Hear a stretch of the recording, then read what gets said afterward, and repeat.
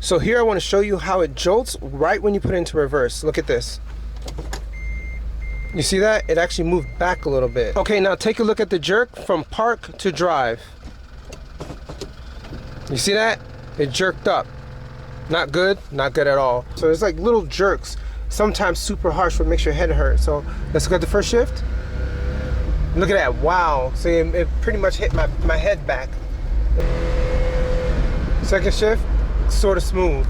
The second shift is actually okay, but that first shift, man. But there have been times where both shifts were super hard and hurt my neck. So I want to do something about that. So that's why I definitely want to go ahead and change the solenoids within the transmission. So I want to show you how the process will be, and I want to make sure it's super easy and smooth.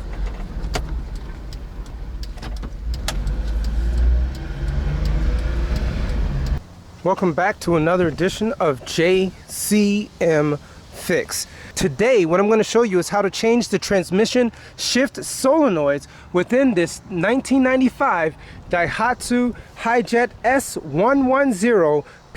What's wrong with this Daihatsu Hijet is that it jerks super hard when going from park to drive, and from 10 to 15 kilometers per hour on its first shift, and around 30 to 35 on its second shift. That is unacceptable. That hurts my head very much, and I usually leave driving this car with a massive headache. So today what we're going to do is first go ahead and drain the transmission pan, and then from there remove the actual pan altogether, clean it all up, drop the transmission filter, then go ahead and put in both of the transmission shift solenoids within the actual case. Go ahead and fabricate a brand new Felpro gasket because they don't make them anymore. Seal it and then put it back together as if it was brand new. So you asked me, what is the mileage on this car at this time? Currently we're showing that it is at 158,725 kilometers. So it's been its entire life in Japan, and now it's here in the United States of America. This job is super easy. I'll definitely show you how to do it with all the tools that you see here. We're gonna have a 14mm socket, that's for the actual transmission drain bolt. We have our Jegs gasket scraper. We have our pliers here. Hopefully we won't need to use it, but if anything, we can separate the transmission pan with this, and some ordinary household tools, some ultra black gasket maker, oil resistant, that will go on the bottom of the pan before I put the quart gasket on top. So no issues on that end. So before we start this project, as you see, I have my pan right down here to drain the transmission fluid. With this truck, you want to make sure you drive it around for at least 20 minutes because the transmission oil needs to be hot before you drain it. So this way you can ensure to get about a good 0.9 liters. That's how much it will drain into this particular pan, and then we'll go ahead and replace it right back with new transmission ATF fluid. That's around the D2 MX transmission fluid. You can find that anywhere at your local hardware store. I'll put that in. I've already done one drain and fill when I first got this from Japan, so we should be good on that end to not have to do multiple to get it all out. So let's go ahead and start. So here I have my gear wrench, ratcheting wrench right here. I'm going to go over to the other side because that's where the bolt is normally. You don't necessarily need to jack the truck up, but if you do not have enough clearance, definitely jack it up with jack stands. But if you can get under there, no problem. Just go ahead and get under there right there, and then your transmission bolt will be right there. Super easy. So once again, I am using a 14mm socket head. Super easy. All right. Don't forget, it is super hot, so make sure you protect your hands with some gloves. Double it up if necessary. All right. Woo! All right. So there we go right there. Let it drain. And as you can see, it's not that dirty. It's still pretty red. Once again, I have already done one drain and fill as soon as I got it, just to ensure that I had somewhat of fresh fluid before I did a full, gasket redo and things like that. As you can see, it's been seeping for a while. So I guess this is an original quart gasket from before. We'll go ahead and handle that as well while we're under here. And so while that's draining, a little story time. So this Daihatsu Hijet had an issue that I've previously mentioned before, that the transmission was stuck in limp mode for a while. So because of that limp mode status, the car would essentially stay in third gear the entire time, and from there it would never shift at all. So when it didn't shift, I'm guessing the solenoids may have gotten frozen through time. So because the transmission control computer did not work, it is super jerky when driving and when reversing or pulling it out of park to drive. So I decided to purchase some shift solenoids which work in the 2003 Jeep Cherokee and also the 2002 Toyota Corolla LE. So many cars uses these exact same shift solenoids, so this one as well. Once again, this is a brand of Toyota through partnerships and ownerships, Daihatsu. So many Toyota cars and Jeep Cherokee cars in general uses these particular transmissions and shift solenoids. And one thing I know is that there is no tuning essentially when it comes to the transmission, so it might still be jerky when I replace the actual solenoid. So it may take some time, so I'll have to make a secondary video to let you know how it turns out after I put it in. Alright, now that the drip has slowed, what we're going to do is just go ahead and re-plug it back up. Just keep it like that because we're going to need some room down there. We don't want the pan in the way while we're taking off all these bolts right over here. And then from there we can pull our pan and see exactly how much came out.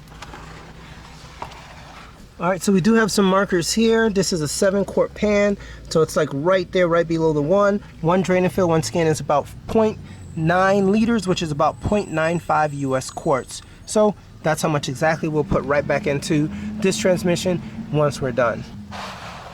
Now, we're gonna go ahead and tackle those transmission bolts. Okay, alright, for the transmission bolts, it's just gonna be 10 millimeters. That's what the socket head is going to be. Wow, these things were not on at all. It was on so small. This is crazy.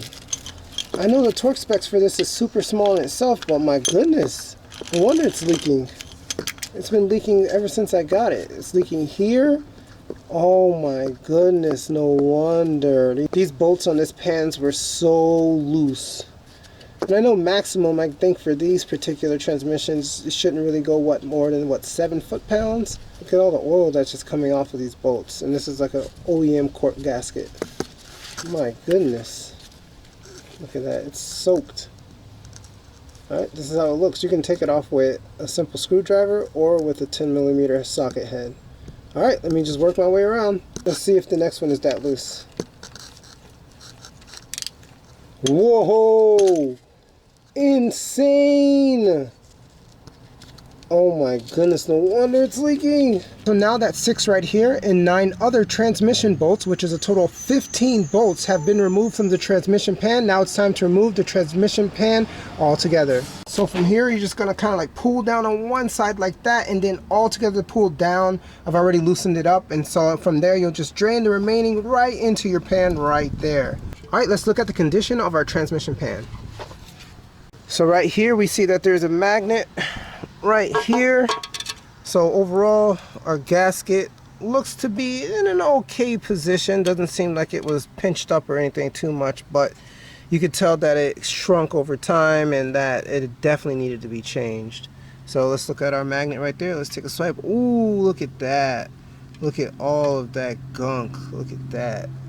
So through time, who knows how long it's been since it's been drained and refilled, but I'll clean all this up before I put it back, and I'll make sure to put the magnet right back in that exact same spot. So let's look at our cork. Look at that, it's like mated to this. You don't want to take off too many huge chunks. You want it to come off very nicely and very together in form, because if you don't, then it'll be like chippy, and then you'll need something like a wire wheel to take it off. But just doing it like this slowly, just bide your time, and it'll come off little by little. Good. I'm gonna trace this exact gasket into my Felpro one, and this way I can have the exact size, and the holes will already be there, and I'll use a punch set to punch in the new holes. So this is good. I'm glad it came out this way.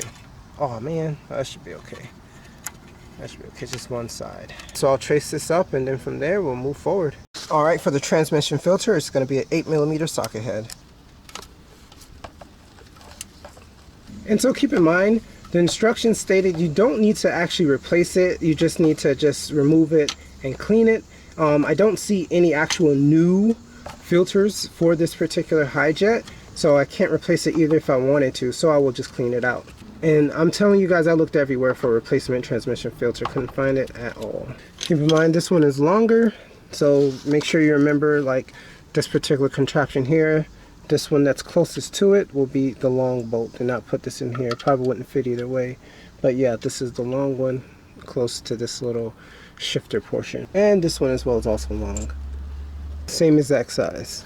All right, there's actually 2 more, one right here and one right there. So 5 in total. Last one. All right. Definitely have your pan down there. As you can see, it's coming out now. Let it drip, and then you can remove the last one. All right, so short one. Now it's off, just like that. All right, let's look at the condition of our transmission filter, and look at that. No wonder you can't find one for purchase. There's really nothing on it. Yeah, you see some shavings like right around here, little speckles, but nothing can really go wrong with it. It's like nothing bothers it inside the transmission. There's no true gunks. Like even if I just left it in there, it'll be perfectly fine. So all I'm gonna do is just put a hose to this, and then from there it'll be brand new. So no issues. I don't really see anything in there at all. Make sure you get it on both sides, just like that. So what I'll do is I'll just have it dry out in the sun, and then after that put it right back in there. This shouldn't affect removing the solenoids at all. I'll put it just like that, and the sun will take care of drying it. After about an hour of drying, let's go ahead and replace our filter or strainer back into the transmission housing. I'm just going to place it right back where it's supposed to go, and go ahead and thread in our bolts. Because it's an 8mm bolt, torque specs for this will be 6 Newton meters, or about 48 inch-pounds. Okay, super easy. Alright, so now we're going to go ahead and torque all 5 bolts for the filter slash strainer. 6 Newton meters. It's not too tight, it's just a little bit more than snug. Okay, now for the positioning of the solenoids. Right here we have shift solenoid 1, which is right there, and then we have shift solenoid 2. What you want to do before you take off these, let's see, it is 10mm bolts. You want to just go ahead and push in and then pull out. So you want to get these connectors off so you can have a little leverage. Same thing right here, push in and then pull out, just like that. Okay, now let's go ahead and remove them. You'll see here that they are connected with brackets. Okay, so we'll try our best to retain these brackets the way they should be. Don't confuse these with your transmission bolts. Alright, so it seems like it's the exact same bolt, but we don't want to mix them up, so we'll just put them aside right down here. What you're going to do is just pull out. Alright, so this is how it looks. There goes the hole right there. You see that? That's where it was at. So these may be faulty, so what I'll try to do is I need to remove this bracket from here and put it on the new shift solenoid so it can go right in there the same exact way. Alright, so once again, this is shift solenoid 2. Alright, let's go ahead and get to number 1. Alright, no particular torque specs for this. I'll just snug it up whenever I'm ready to reinstall it.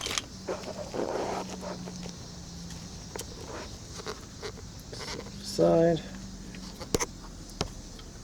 Alright, there's a bracket right there. Same thing, just pull it out just like that. Shift solenoid number 1. Let's go ahead and compare our new and our old ones. Here's the setup. Keep in mind they look exactly the same. There's really no difference between them, but I guess the positioning of the brackets is what makes it difference between 1 and 2. I'm not sure, but either way. So this is how it looks. It's the exact same thing, but you'll notice that the entry point of the wires would go to the other side, the back side. It doesn't change the function at all. It's great that the wires are actually long where it can come around and stick in there. See, it's coming from the front, this one's coming from the back. But either way, it will work.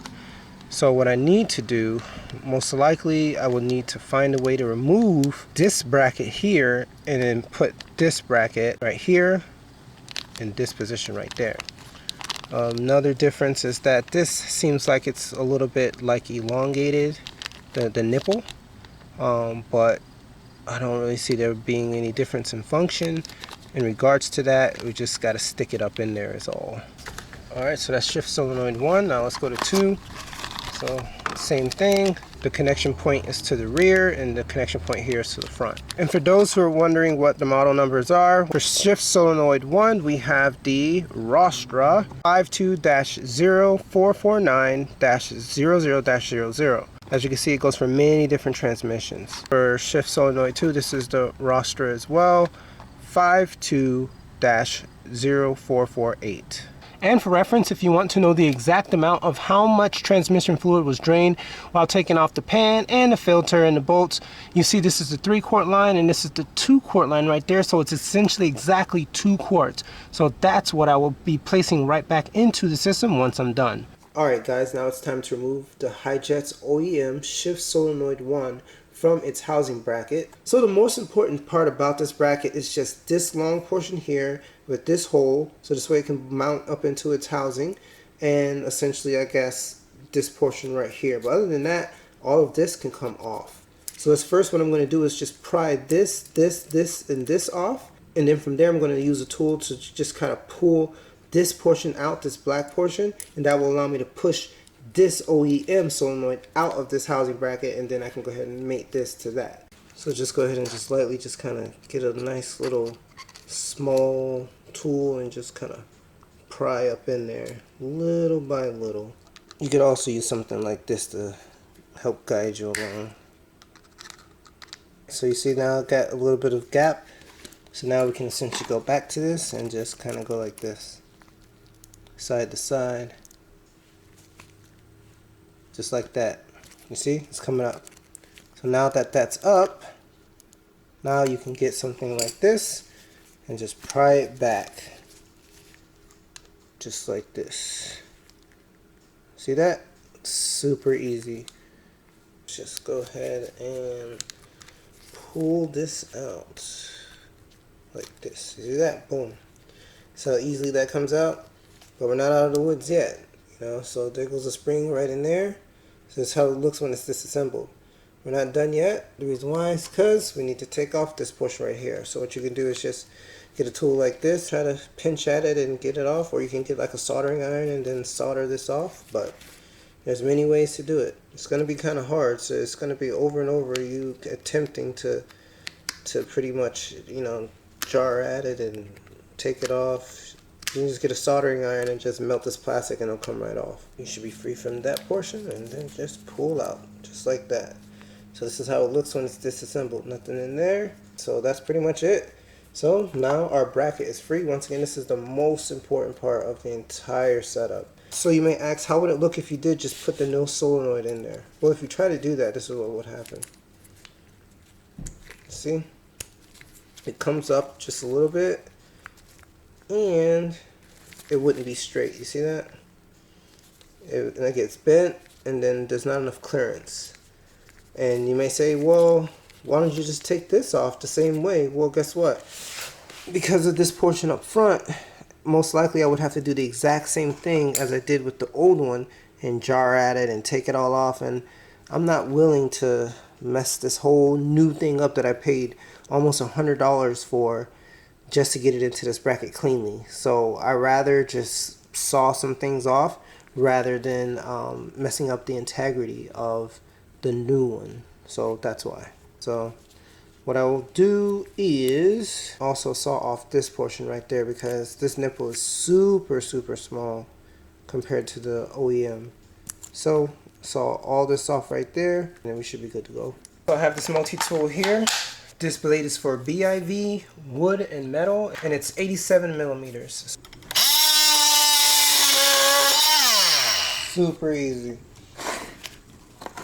This bracket is done. It's hot, so make sure you don't just kind of pick it up so quickly. I have 2 gloves on, so I should be okay. The solenoid will essentially sit just like that. Pry these off of the back plate. You can easily just get like a clip right here and just snap that thing out just like that. You're not going to reuse this. This is the bad one. This is the one that didn't work, so it doesn't matter if you dig into it. The reason why I did it that way was that I could at least save this portion if I was going to solder it onto the new solenoid tube, like right over here. There we go, and it's off. It's hot, so don't try to touch it. Alright, so with that being off, now we can essentially just go ahead and put that with the bracket and go from there. So you definitely got to be super careful. With the bracket so far, this is how we're looking. So it's in there, but as you can see, there's still a little protrusion right there. So it would not be able to fit in there perfectly fine, not yet. Alright, we're almost there. We're going to cut this side right here. There we go, it's off. There you go. Being that this nozzle here on the replacement is smaller than the OEM in regards to length, I will instead just go ahead and remove this ring portion because I don't want this jarring one day and then popping it out. So I'll just remove this. Now let's take a look at it. Ooh, it's hot, it's hot. Alright, so I just took this off. I don't think it's necessary.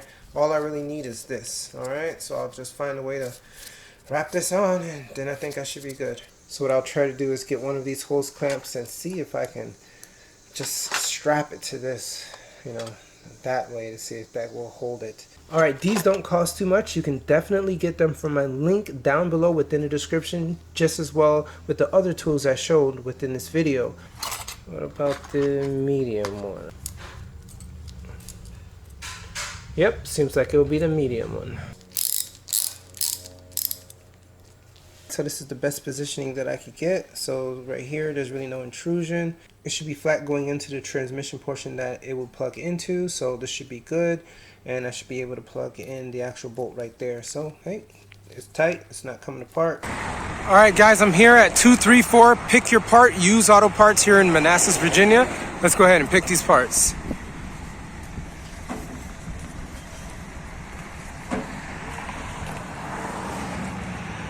Here at the junkyard, all the Corollas over there seem to be flat down on the ground, and it's super dangerous to try to jack it up and get the solenoids out of there. But do keep in mind that the Jeep Cherokee is compatible. So this is a Jeep Cherokee Sport, and it is from 1994. All right, guys, I think I found a good match. This was recently in service in 2022 at least, and this is a 1999 Toyota Corolla made in Canada. So that means it's a 2000 model. The good thing about this is it's not slammed on the floor like the other ones are. So essentially I would have to jack them up just to get the solenoids out of the transmission. But this one has tires, so easily I can just go down below and get right to the transmission pan without having to jack it up at all. So let's go ahead and get this one. I was able to drop the pan. Now let's look at the solenoids. All right, we have one all the way over here and one more right there, and this one right here is like a lockout, I think overdrive, but I'm not sure. But it's not the one I'm looking for. It's these two right here. All right, let's go ahead and get them. All right, I was able to get it out, guys, so let me show you what I was able to get. So if you can see right here, the connection terminal is faced the other way. On the Daihatsu Hijet, this is flipped around to the front. It doesn't seem like there's any difference with them at all. The only difference is the actual bracket, which goes either left, right, or flat. So I got all three. I won't be using the one that's flat. I'll only use the ones that were connected to each other, which were solenoids 1 and 2, the shifting, which is this. So right here, this was in the system like this, and this was in the system on top of it, just right there with that ridge. And this was the lockout one on the other side. So they look in pretty good shape. This is once again made in 1999, but for the 2000 model of the Corolla. All right, let's go ahead and pay for this. Well, this was essentially a ripoff. Just for those 3 solenoids, she charged me $75, which is $25 each, and with tax, $4.50 for Virginia.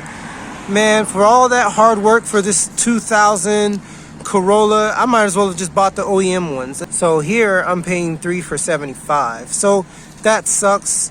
This sucks. Dumfries Road, Manassas, Virginia. Oh well, hopefully these work. Alright, during this presentation you'll notice that the color will change. So currently these are the Rostras, and these are the Toyota Denso from the 2000 Toyota Corolla CE. I wanted to ensure that I did the right thing, so I did not want to use them in the car, so I decided to get the original Toyota ones, Denso. I think these are factory made. I don't want any issues, so all I did with these was just cut them up and see if it fit with the bracket, and it did fit with the original bracket, either using some clamps or just for using this on solenoid 1, which allows it to just clamp down just by putting it in position without using any brackets at all. So this is solenoid 1 and this is solenoid 2 right here. Denso Rostras. In the video, you'll see me cut these up, but not these. So overall, that's the difference between the colors, but I will be using this in the end. In regards to shift solenoid 1 for the 1995 Daihatsu Hijet 4x4, you do not need to remove this bracket at all. Once again, this is for A, cylinder 1. All you have to do is just go ahead and position it in here just like this, and then it will fit in there without a problem. See? There is enough room right down here. It will not bang into anything, and you can put it in right here. Just like that. You see that? And then it actually has enough slack for you just to pull this just like this, and it will go in just like that, super easy. But you still want to get the bracket, because even though this right here allows it to get pushed in, which will keep it from coming out, you still want to get the bracket. So just take this off right here, and what you'll do is essentially just position it right where it needs to be, and then just tighten it down. And when you tighten it down, it'll keep this in place just by it being there. So it's actually super easy. Alright, so that's how you're going to do it, guys. Alright, we're going to go ahead and use a 10mm right here and just tighten it down. Just go ahead and stretch it just a little bit, put it right in there, boom. Alright, now pull it just to make sure it stays put, and that's it. Shift solenoid 1 is complete. That is it. Okay, and for those wondering, this is how it will look with the Denso with shift solenoid 2. So as you see, I cut off the original bracket, and then I use this hose clamp to just tighten it down together just to keep it nice and solid. As you can see, it's essentially just as if it was on without this being clamped on. But it's okay, as long as you have this on tightly, then you can go ahead and put this right into shift solenoid 2. Let's do it.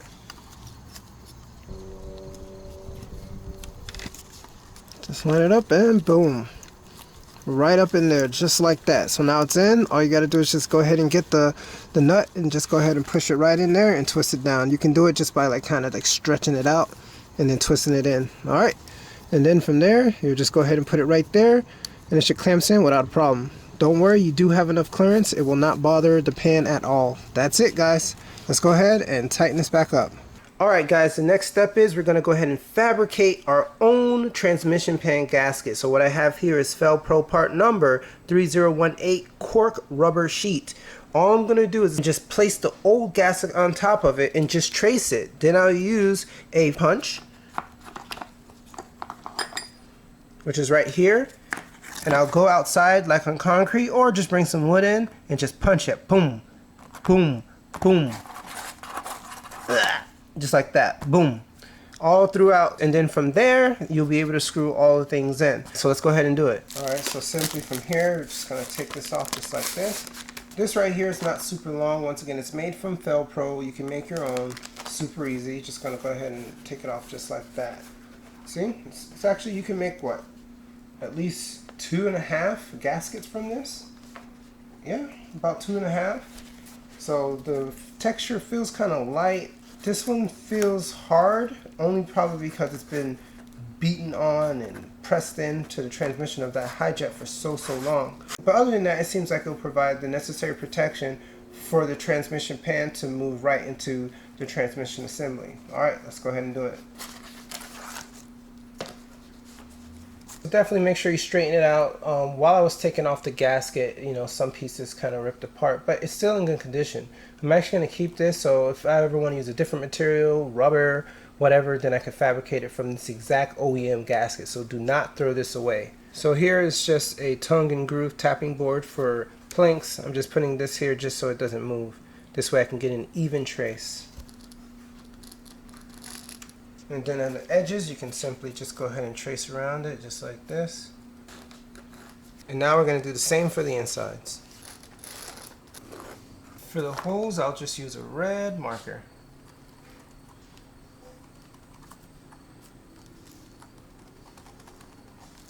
This is how it looks. But what I'll do is go ahead and punch the holes first and then cut it out. See? 2 gaskets at least. What I'll do is I'll use one of these planks for the floor, place it right here, go ahead and use a Stanley punch with a 4-pound hammer. Let's go ahead and try a 8mm. Let's go ahead and push through. Alright, this seems like it matches the OEM hole. There you go. I'll go ahead and make my way around, and then I'll go ahead and cut this out and I'll show you how it looks. All 15 holes have been punched out with this 8mm punch. So what I'll do, I want to first demonstrate what it will look like if you try to do it with a utility knife. So I'll use my tongue and groove tapping board and I'll put it in the middle and I'll let you know how easy it is. If this isn't easy, then I'll move to scissors. Oh yeah. It's best to use a utility knife. That thing was smooth as butter. This will definitely give you a precise cut. I'll probably get scissors for the edge. This way it doesn't have to like scrape it up or anything like that. Just like that. Alright, this is the results. Super flimsy, but I think it'll do enough. Alright, let's go ahead and retrieve our transmission pan. And as you can see right here, more oil has drained into the pan since the initial drain. So initially I said it would be around a good 2 quarts to refill it, but now I need to edit that and probably put a good 2.7 to 2.8 US quarts in there. Overall, this Daihatsu Hijet 1995 S110P uses 3.0 US quarts in full, which is about 0.9 liters. So I won't fill it up all the way to 3 because this transmission obviously will continue to have a little bit of liquid in there. So I'll just stop at around 2.7, 2.8, measure it and see where I'm at. Other than that, now it's time to clean off the surface of this transmission pan because as you can see, it has the dirt and grime from the previous gasket that's most likely been there since 1995. So what you want to do, you can get yourself a jeg scraper. Just go around it little by little, just like that. And once you do that enough, it'll get it off. And then once you get off the initial grime, you can go ahead and use some other soft abrasive, and then you could use some acetone or some 91 isopropyl alcohol. All that works. So first, let me just go ahead and do this and just get all of this grime off. Some people also use razor blades. That also helps. Just don't go crazy with it. And I'll go ahead and wash this off with a Dawn degreaser, and then we'll go ahead and put on some RTV sealant and then the gasket and put it back up in there. And let's not forget the underside. Usually this portion of the mating surface is perfectly fine, so just go ahead and wipe it.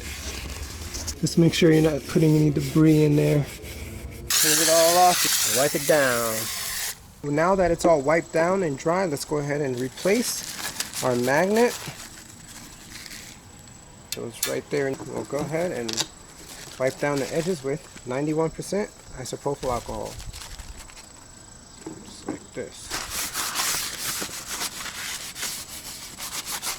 Spick and span. And I'll also put it on the top portion of the transmission mating surface as well. Let's go ahead and put on some RTV. Now here we have Permatex Ultra Black. This is a gasket maker and it's oil resistant. This is silicone RTV, alright? So what I'm going to do is just go ahead and read the instructions. So for best results, surfaces should be clean and dry, as you see right there.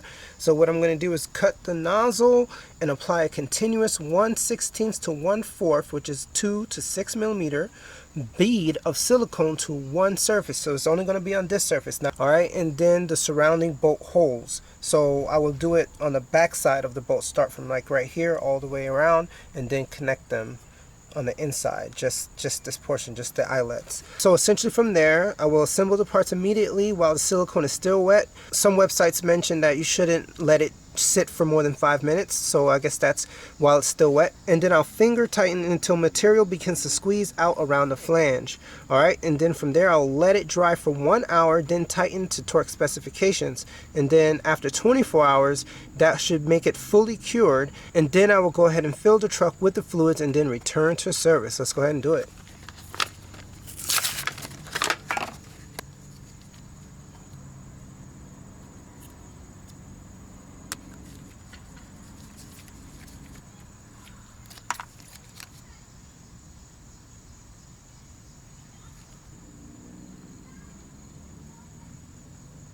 So now it's time to do it around the eyelets. Connect them like this.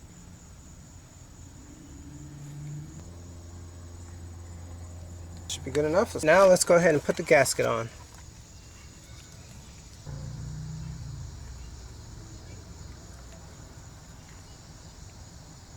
I'll make sure all the holes line up perfectly fine.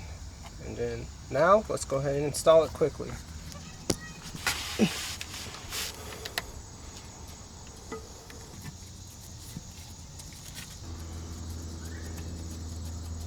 Back again, a little bit more than 24 hours have passed, and it seems like all the RTV sealant has dried, and we have our gasket on and everything looks perfectly fine. So now it's time to go ahead and torque down these bolts. So with these 8mm bolts, we're going to go ahead and torque them down to 7 Newton meters, which is just 62 inch-pounds. All the way around, there's 15 bolts, okay? So what we want to do is start in the middle, and we want to do it in a crisscrossing pattern. So what we'll do is just do 2 right here in the middle, and then come to the other side, and then do 2 right here, and then just kind of work our way outwards, 2 right here, then 2 right there, and then 2 right there, and then 2 right there, and just kind of, you know, work your way around all the way. So that's pretty much it. So after I do that, I'll go ahead and refill the transmission with Mercon V. Yes, I will use Mercon V because Mercon V actually is compatible with Dextron. This Hijet uses Dextron 2, and at the time of Dextron 2, it was asking for Dex/Merc. Well, Mercon V has superseded earlier Mercs with no problem, so Mercon 5, Mercon V is good enough to use, and this is 3 quarts altogether. I'll use once again about 2.7 to 2.8. Run the engine for about a good 3 minutes at low idle, and then from there change gears from each position for about at least a good 10 seconds each, and then from there we'll keep the engine running underneath, and then we'll check the dipstick to see if we need to add any more fluid. Let's go ahead and do it. Alright, you heard that click? That was it. One more time. Alright, so see, it is on tight. That is pretty much all you need to do. Once you hear that click, you're good to go. So I'm just going to go ahead and finish it all up, and that will be it for underneath. And also, for those who are wondering, our transmission drain bolt right here, you're going to torque that down to 20 Newton meters, which is 15 foot-pounds right there. So there goes your torque specs. You shouldn't have any problems at all when it comes to this transmission pan. I have my DeWalt drill. This is a 12mm socket. I'm going to go ahead and remove the cover.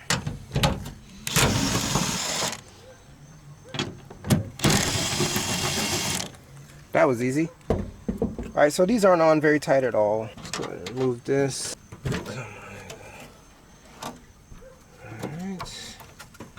A little rainy today. Let's go ahead and set this aside just like that. So what we're looking for is our transmission dipstick, which is right here. So just go ahead and pull this out just like that. As you can see, it's real short. All you have is a full and low. So let's go ahead and refill it. So you definitely need to get yourself a nice skinny funnel. It cannot be too thick. It needs to fit into that hole right there. Okay, so make sure your funnel is clean. Go ahead and insert it right in there. Let's go ahead and get our Mercon V. Just go ahead and pour it in. Oh, gotta watch out. It cannot go in too fast. Look at that.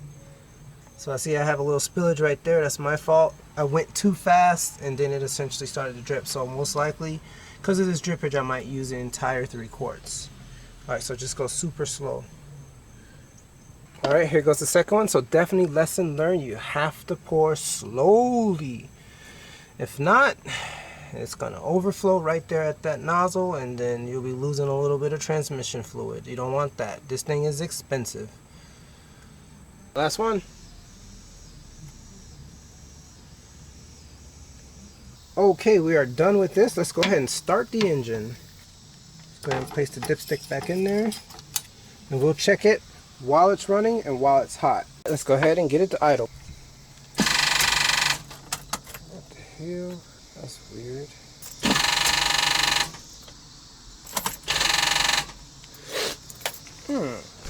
Alright, so I got the car to start, but a little word of caution. When I first turned the key, it would not work. All you heard was chuk chuk chuk chuk chuk chuk chuk chuk.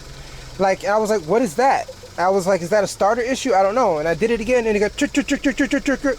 And I'm like, what in the world is going on? And then after doing it so many times, it just pretty much stopped working, as if the starter was not working. Usually a symptom of a starter not working is just after you turn it, then it's nothing. Just like at one click and nothing. So I don't know exactly what was going on, but I had someone turn the key and I put my hand underneath the transmission pan and I felt the clicking of certain solenoids in the transmission as I was trying to start.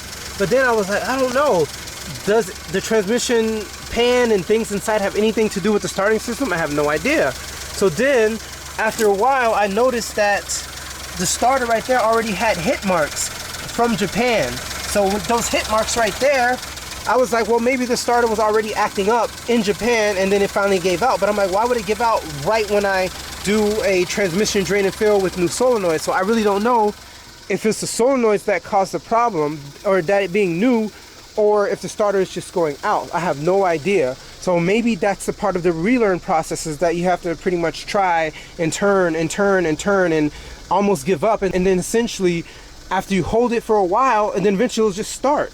So I held it in the start position for like 4 or 5 seconds, like after so many times of trying, and then eventually it turned on, and then it started puttering, and then boom. So maybe the solenoids need to be relearned in a sense, who knows. So if it's a starter, then I'll comment that the starter eventually acted up within a couple months or something like that, or it was just dying. But hopefully, if it wasn't a starter, maybe the same may happen to you when it comes to the solenoids being from Toyota Corolla product. So who knows? So it's been more than 3 minutes of idling. Let's go ahead and put it into each gear for at least 10 seconds each.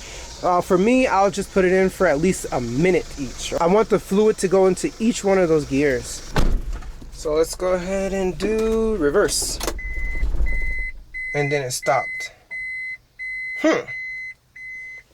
Yeah, something's essentially acting up. I'm not sure. Alright, I started it up again, and it's puttering again. I'm not sure if that's a fuel pump, fuel filter, who knows. Let's go ahead and give it a couple revs. Let's just put it into drive.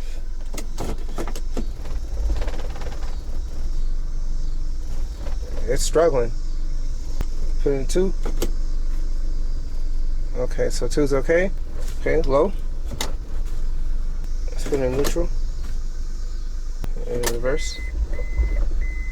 Alright, it's not stopping yet. And it stopped.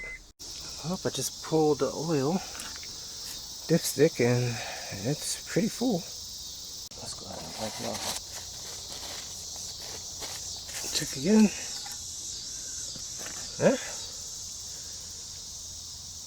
Oil's full. Alright, let's just keep pushing. Okay, this is how it looks. Let's go ahead and start this car up. Alright, here's the results. Wow, that started super smoothly. Like before, it would take a while. Boom. Now, as you can see, it starts so smooth. It doesn't have any problem starting up at all. I'm gonna let it idle for about a good 10 minutes because I'm tired of this bad boy jerking. So let's see what happens after this amount of time. Reverse. Oh, wow. It did not jerk. Okay, you see my steering wheel is shaking, but that's a front end issue. But normally, I tell you, as soon as I put it in reverse, it jerks like crazy. So right now, it didn't jerk at all. So let's go ahead and give it a minute. Minute has passed, let's go ahead and put it in neutral. No issues there, no shaking of the wheel, obviously. Let's go ahead and give it a minute. Okay, let's go ahead and put it in drive.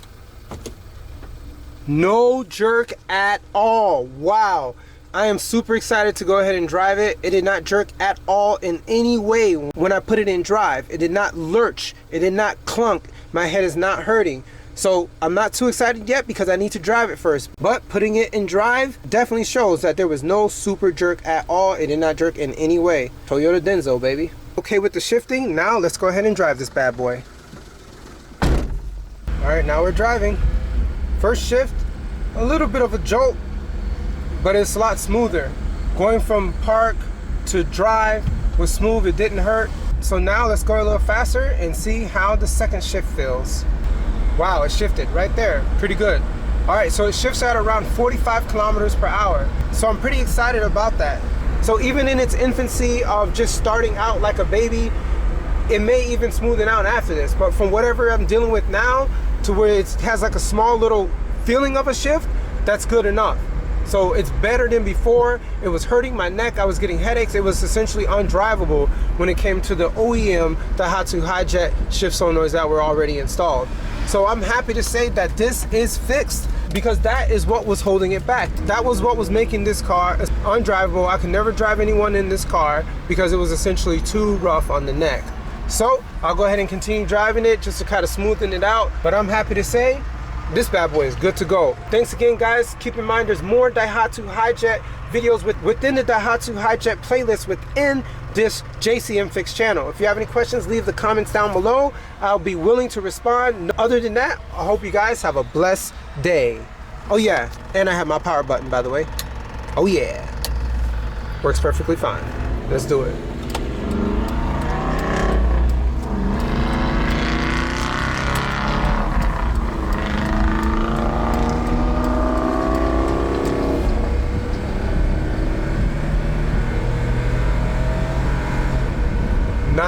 Nice second shift, baby. Nice.